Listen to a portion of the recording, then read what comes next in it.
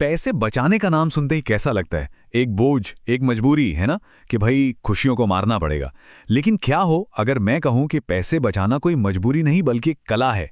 मनोज अरोड़ा की किताब the art of saving money पर आधारित इस बातचीत में हम इसी कला को समझने वाले हैं। और ये कोई किताबी बातें नहीं हैं, ये वो सोच है जो किसी को भी फाइनेंशियली फ्री बना सकती है। चलिए एक बहुत ही जानी पहचानी कहानी से शुरू करते हैं। महीने की पहली तारीख अकाउंट में सैलरी आती है और एक सुकून मिलता है कि चलो इस बार सब मैनेज हो जाएगा। लेकिन महीना खत्म होते होते दिमाग में बस एक ही सवाल गूंजता है, आखिर सारा पैसा गया कहाँ? और यहीं से शुरू होता है वो साइलेंट स्ट्रेस, वो खामोश तनाव। ये सवाल हम सबका है, पर इसका जवाब बहुत कम लोगों के पास होता है। और जवाब ना मिलने की सबसे बड़ी वजह यह है, यह हमारी सबसे बड़ी गलतफहमी है कि ज्यादा कमाने वाला इंसान अमीर होता है। अरे नहीं, असली अमीर वो है जो अपनी कमाई को संभालना जानता है।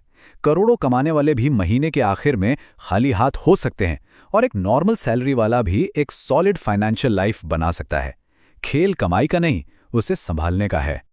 तो चलिए थोड़ा और गहराई में चलते हैं। किसी भी प्रॉब्लम को सॉल्व करने के लिए ना पहले उसकी असली जड़ तक पहुंचना पड़ता है। पैसे के साथ भी कुछ ऐसा ही है। तो ये रही असली जड़। प्रॉब्लम पैसा कमाना है ही नहीं, प्रॉब्लम है उसे मैनेज करना। आज बड़ी बड़ी सैलरी वाले लोग भी पेचेक टू पेचेक जी रहे हैं। क्यों? क्योंकि उनके पास पैसे को मैनेज करने की आदतें ही नहीं है। देखिए, पैसा हाथ में आने से पहले ना वो दिमाग से गुजरता है, और अगर दिमाग में ही क्लैरिटी नहीं है तो हाथ में भला कैसे टिकेगा? और यहीं से हम आते हैं उस सबसे ज़रूरी चीज़ पर जो किसी भी फाइनेंशियल प्लान से, किसी भी टिप से कहीं ज़्यादा ज़रूरी है। वो है हमारा माइंडसेट। सेविंग्स का सबसे बड़ा दुश्मन कौन है? कम सैलरी? नहीं, सबसे बड़ा दुश्मन है वो आज में जियो कल का कल देखेंगे वाला एटीट्यूड। हम भविष्य को टालते रहते हैं और आज के नाम पर हर वो खर्च सही ठहरा देते हैं जो हमें 2 मिनट की खुशी देता है।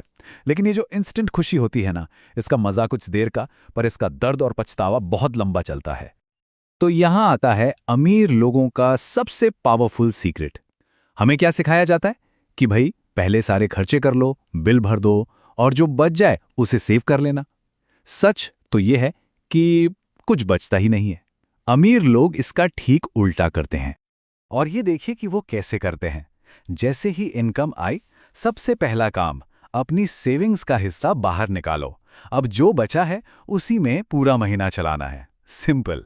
उनके लिए सेविंग कोई ऑप्शन नहीं है, ये एक बिल है जो सबसे पहले चुकाना है। और जब कोई चीज नियम बन जाती है तो वो बिना किसी इमोशन के पूरी होती है। ठीक है, तो माइंडसेट तो सेट हो गया। अब अगला कदम, अब आते हैं असली दुश्मन पर, हमारे खर्चों पर।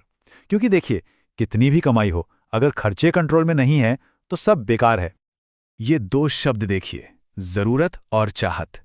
ज्यादातर पैसा जरूरतें पूरी करने में नहीं बल्कि कभी ना खत्म होने वाली चाहतों को पूरा करने में निकल जाता है।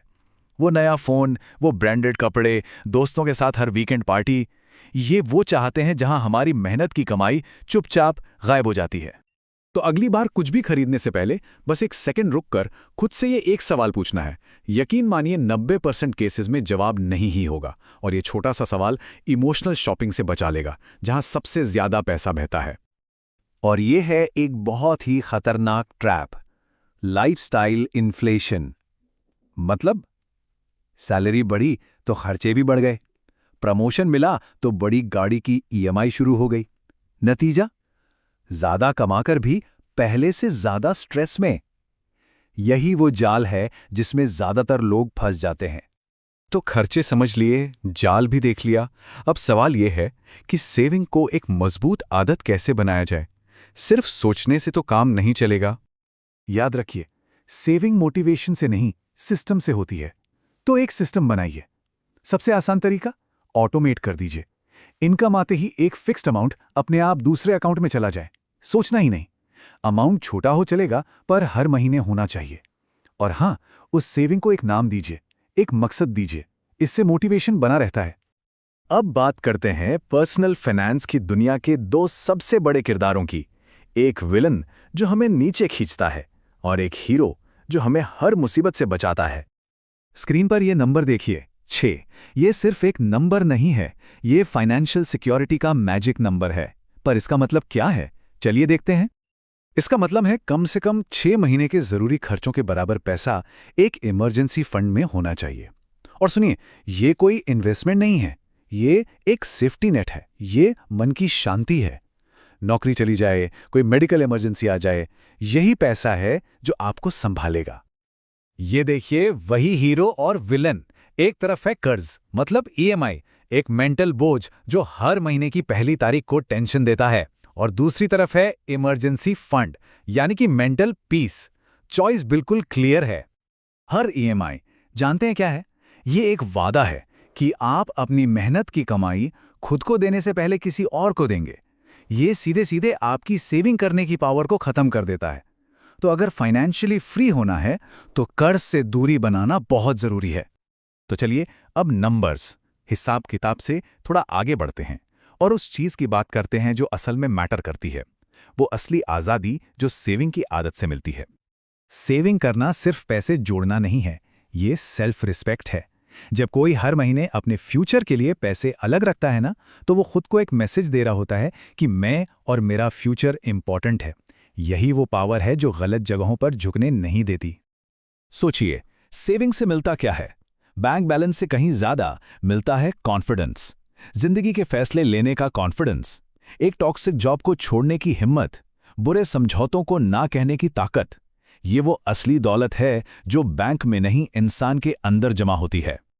तो आखिर में इस पूरी बातचीत का निचोड़ एक बहुत ही सिंपल सी बात पर आता है, जो पैसे को देखने का पूरा नजरिया बदल देती है। क्योंकि असली सवाल ये नहीं है कि कमाया कितना, असली सवाल ये है कि संभाला कितना। क्योंकि हमारी फाइनेंशियल लाइफ किस्मत से नहीं, आदतों और फैसलों से बनती है। और सेविंग करना वो सबसे पावरफुल फैसला है जो कोई भी अपने फ्यूचर के लिए ले सकता है।